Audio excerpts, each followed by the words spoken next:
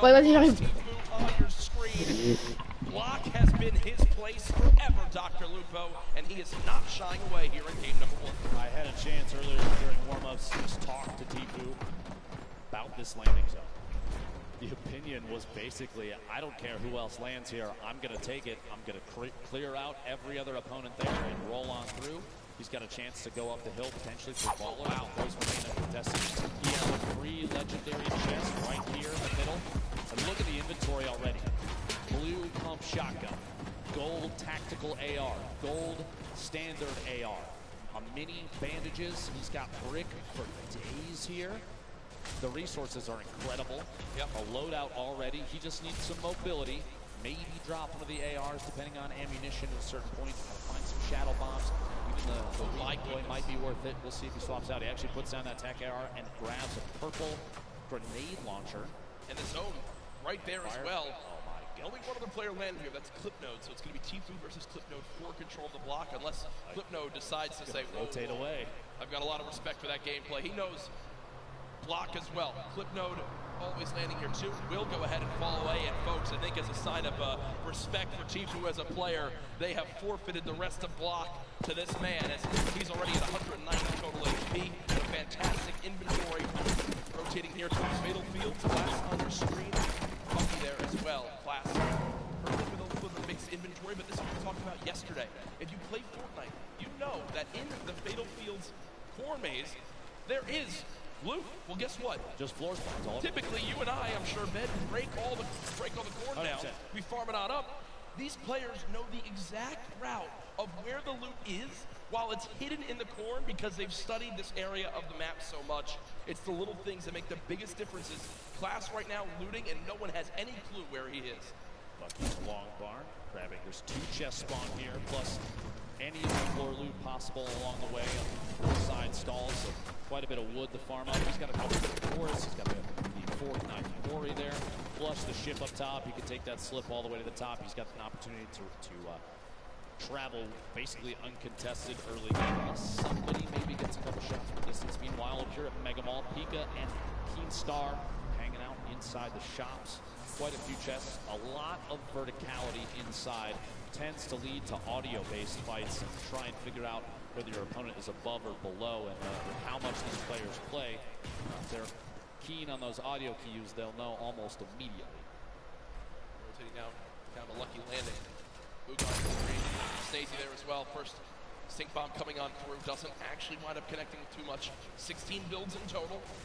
Now remember, we do play with siphon settings on, so if you get an elimination, you earn 50 HP. So if you're at 74 total health, you'll gain 26 HP to go to max and 20 per shield. Also, if you get the elimination, even if the opponent has 2 materials, they'll still drop 50 of each material type. So there's a lot of, especially early game reward, Dr. Lupo, in securing some of these eliminations. Now, Stacey right now is top down on his opponent. Just trying to use the stinks and that proximity grenade launcher just to try and find even one hit, which at this point is such low ignition. Out the stinks now. He still has the 3 proxy grenade launcher shots. He's kind of burning through resources. I was going to say, he sees those grenades. I was thinking exactly that. Yep. Well, just trying to find a beat at this point. He knows, based on the audio, Bugga is rotating back and forth from this little tunnel underneath. No tags quite yet, minus a little bit of HP with Stink earlier. Snazy still has the high ground here. Not a ton of materials, 18 builds. At some point, he's going to have to opt to either push this or rotate away, and now might be the time to rotate away, unless Bugga's going to push from behind. We'll see here. Oh wait, actually, not even an upgrade. upgrade. Never mind, he already has a gold combat number 4 slot there. Easy Bugga separating from each other a little bit, not necessarily pressuring. Early game pressure at game 1 of 6 for World Cup solos would be could be pretty advantageous to get that siphon. He's looking for a shot. The heavy snipe work goes, and not quite enough. Bugga is just behind as Snazy sneaks away. Higher floors of that north side building. Yeah, Bugga winds up seeing that middle cherry blossom tree get knocked down, and a lot of times in competitive games, players will just hit the trees down to 50 total HP left, but they won't fully remove them from the map because the animation of the tree breaking gives away your position. So if you want to make sure you stay a little bit more hidden in your games at home, only break trees down to 50 total health left and leave them. You'll get a ton of materials, but you'll also still remain as hidden as possible. Benji Fishy, a player with very high expectations for not only himself, but from the community here this weekend. Did play yesterday, I believe, placed 14th with his duo, Mr. Savage.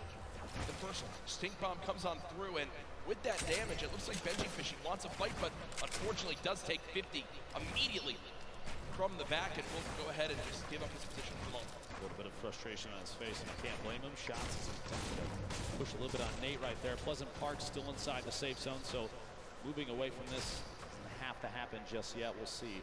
Nate takes an opportunity, rotates all the way across to that treehouse building in the southwest corner. Meanwhile, southwest of the entire map, Crew not alone down here. A little bit of a build fight back and forth, and they're not inside the zone. 91 players remain right now. Only 9 have gone down. This early in the game, it's going to stay very, very high in the player count. Crew may be waiting to see if that edit doesn't quite. Storm waiting inside. We see this all the time. Just holding the edit inside the pyramid. If he doesn't want to step out, potentially get shot. Rotate back down underneath and maybe check his other sides. Meanwhile, King and Wiki in a 1v1. King on the defensive at this point. He might have the high ground. Oh my gosh! Sneaks the shotgun shot in right before the ramp can go down. Oh no! Okay. Oh okay. No!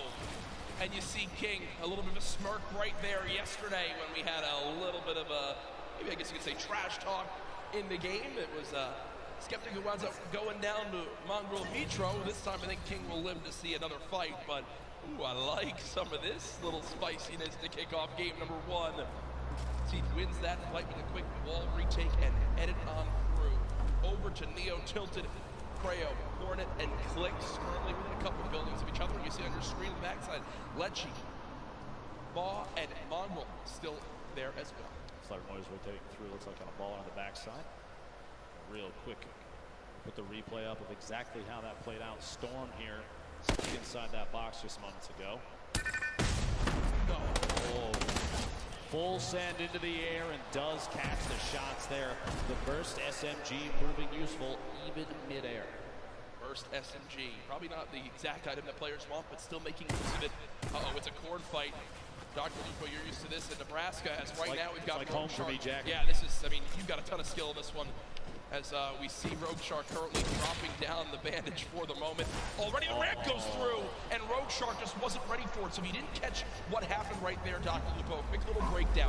The campfire was placed, he lost control of his wall, but because he had no pyramid inside his box, the opponent placed a ramp and then edited past the ramp for extra cover. It's one of the fastest but most effective ways to take out an opponent when they're inside their 1x1.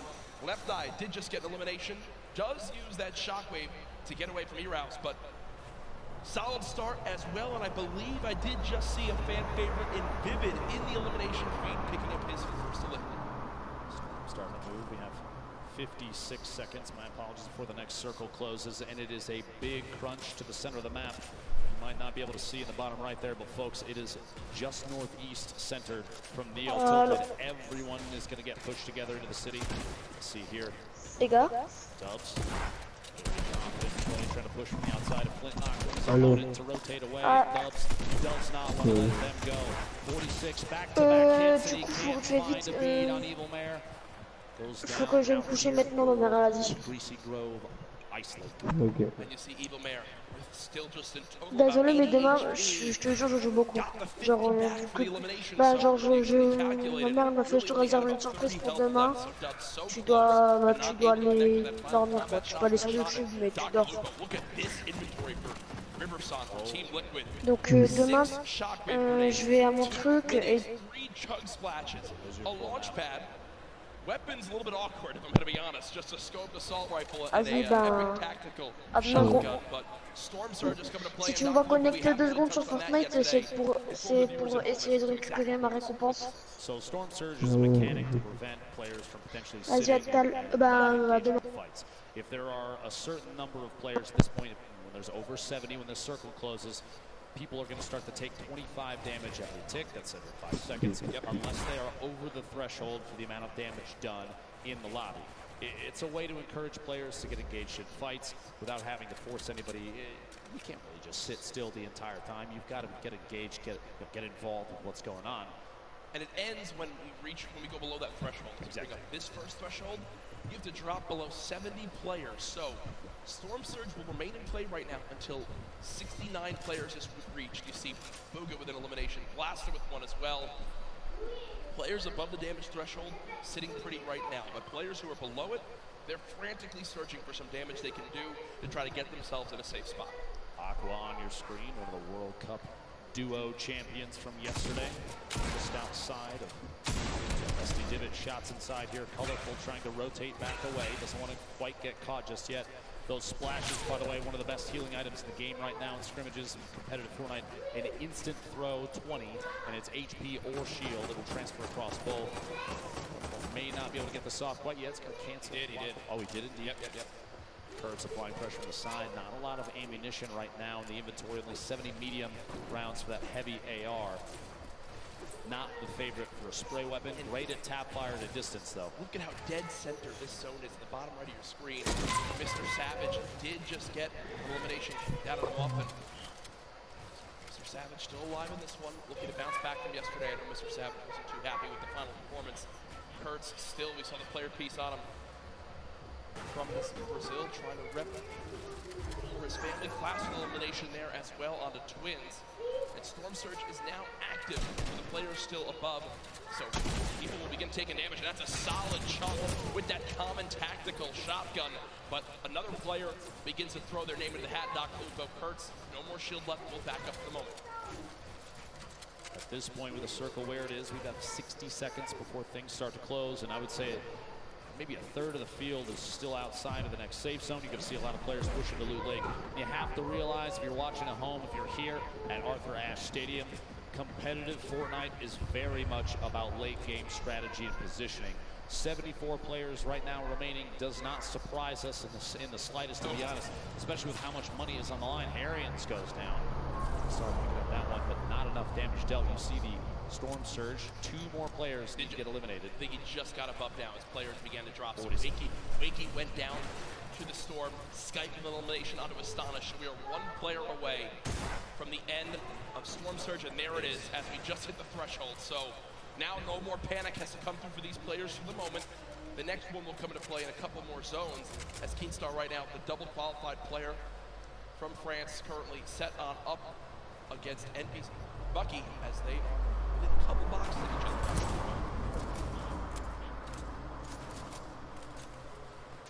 See exactly where things move through here. Just want to hold these edits and look out.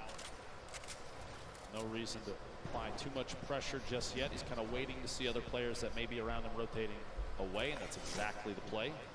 Bucky, by the way, a player that we've seen in competitive qualifiers. He actually spent some time talking to Hogman a lot to refine his game plan, his drop, and we've seen a big improvement since then. Shout out to Hogman for helping Bucky out with that one. All the way here to the World Cup solo finals. Will he use one of the campfires in the inventory for 25 extra health? It depends on the play. If he's looking towards late game, he's going to try and hold on to those for a heal off potentially when that final zone starts to close. We'll have to see. A quick reminder, by the way, on the right side of your screen, a victory royale. The win is worth 10 placement points. Those are big. Top 5 is 7 points. Top 15 is 5. Top 25 is 3 points, and every single elimination for these players is an additional point. Here we go, the focus of the current map right now. A lot of players out here on the hill, northeast side of Neo Tilted. Actually a pretty good spot. You have multiple slips nearby. While those are still on, you have to remember those do turn off. Sky picking shots. I believe that's on DRG just to the south. No pressure applied there. He's trying to sneak any shot he can through. Actually, it's challenged. Surprises me. Doesn't go for the build there to protect and get a better spot. Wow, that's solid damage, though. Just go for it.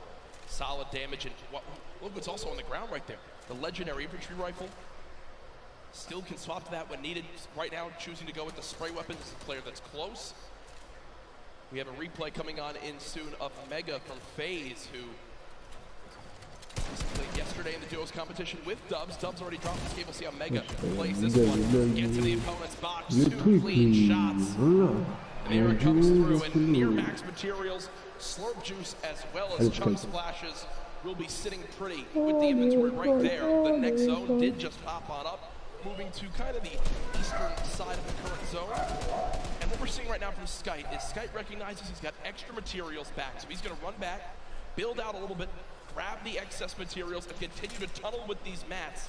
He's also juggling items over as well to still have the ability to use these whenever he would like to wish to in these next zones.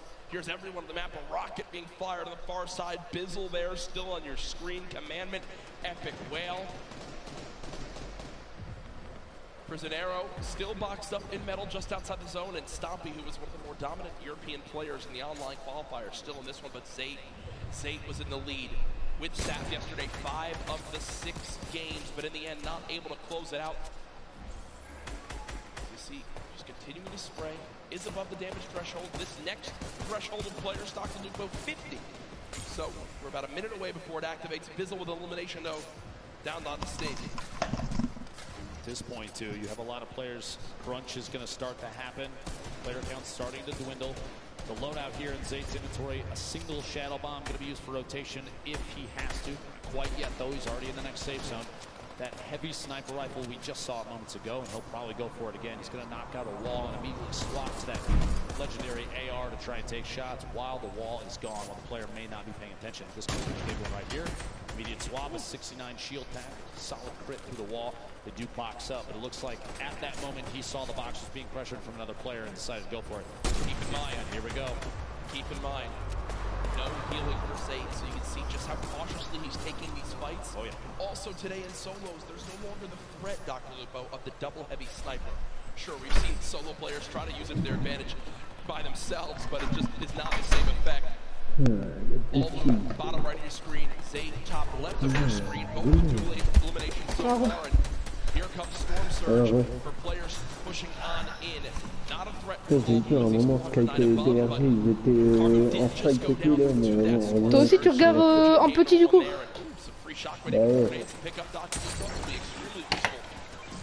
Mais là c'est bien, tu vois, on était sur l'écran de Skype. En fait, je pense qu'ils montrent un peu plus les favoris, tu vois, pour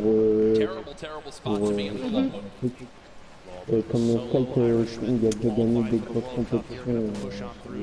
Est-ce que c'est qu'on voit pas beaucoup? Pas en grand? Ah ouais, c'est chiant.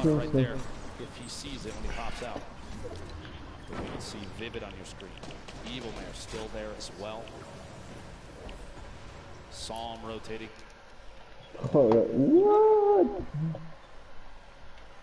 Je dois regarder sur mon téléphone parce que c'est chiant de pas voir en grand.